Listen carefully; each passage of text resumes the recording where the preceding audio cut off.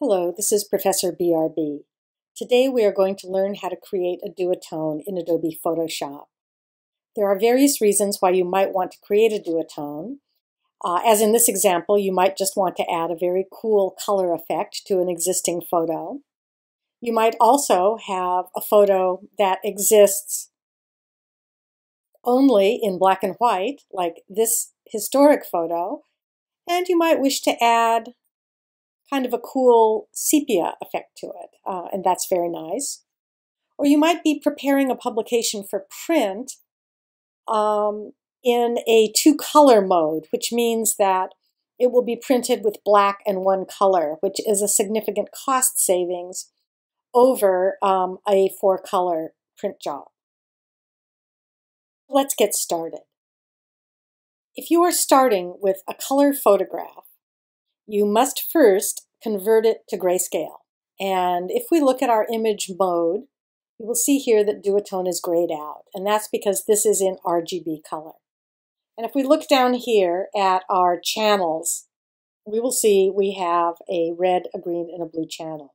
We need to reduce that to grayscale in order to be able to create a duotone. There are two ways to do that.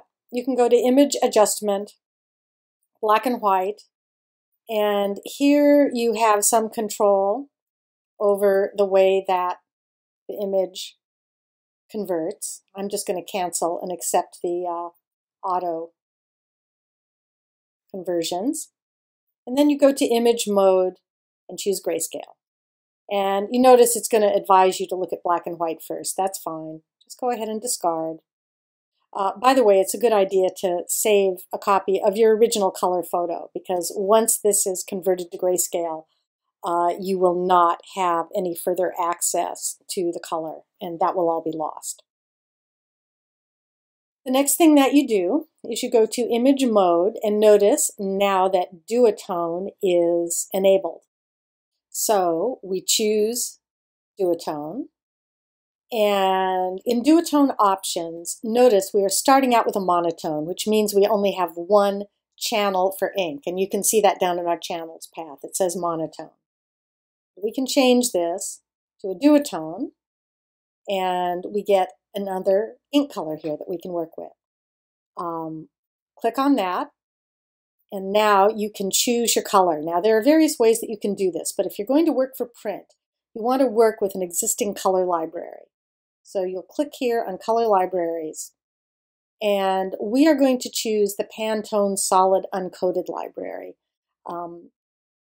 Uncoated is the one that you're going to use if your print publication is going to be on matte paper, and coated if it's going to be on shiny coated paper. So we're going to choose Uncoated. And there are also various other color libraries here that you can choose if your printer uses one of these other color inks. However, the Solid Uncoated library is a very good one, and Pantone is what's mostly used in the United States. So we'll just go with that. And here you can just preview on the screen what adding different colors is going to look like. And you'll instantly see that some colors are going to give a different kind of emotional feeling, such as this green. It's going to give a kind of a melancholy feeling, or a blue might give a kind of a cool feeling. And you can even do something quite subtle by adding a warm gray, which will give a lot of nice midtones to your photograph. But you can basically choose any color that you want. I'm going to choose a kind of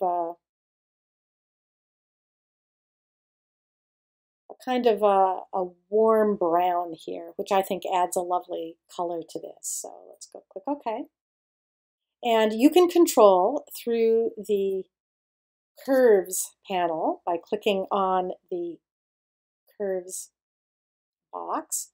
You can control how this color mixes in. For example, you notice I just took my black point down to 58.8%, which is reflected here, and that reduced the amount of color. And you can you have a lot of freedom here, and you can even do more subtle adjustments to the curves to get just the flesh tone that you want.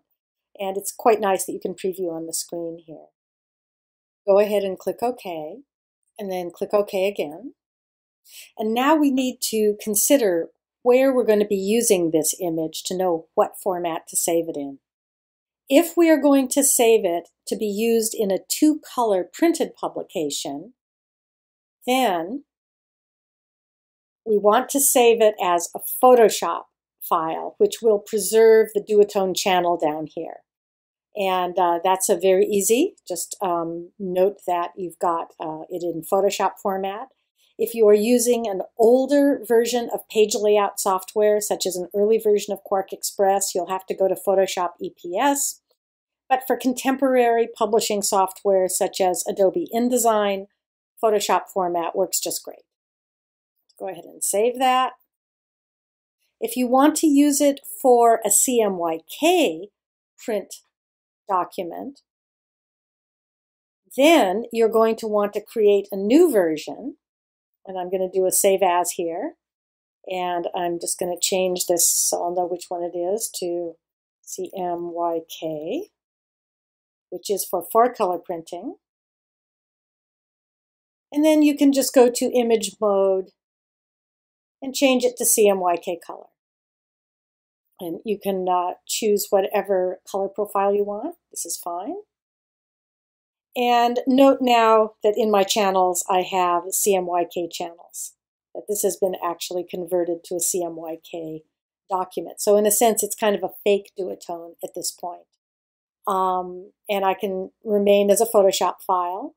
If I want to use it on for digital publishing, for the internet, or ebooks, or anything that's going to appear on a screen, then I can do yet another version. And I can just go and convert this to RGB. And notice when I'm going that I have a lot more possibilities now that I'm out of Duotone mode. So I'll just change it to JPEG and save it there. Okay. If we're going to use this for web or electronic publishing, we can also use the very useful Photoshop Save for Web feature. And this isn't showing just what I want, so I'm going to choose my magnifying tool and hold down my Option key and just keep clicking till I get the size I want. And you can choose from various resolution and compression options here, depending on how much quality you have. And you can choose the JPEG compression. Medium usually works pretty well. And you can control the image size down here. So that's a very, very useful feature. In the next video in this playlist, I will be showing you how to take this Duotone and deploy it in a Adobe InDesign document designed for 2-color printing, which is a significant cost savings over 4-color printing. I'll return to this example that I showed you before of a 2-color brochure designed by one of my students using just green and black ink. And once again, this is quite a cost savings. And you can see by using the same green in color here and also in his colored backgrounds that he created a very rich and very nice looking document that does not look like a budget publication. So that will be in my next video, and I hope you will join me for that.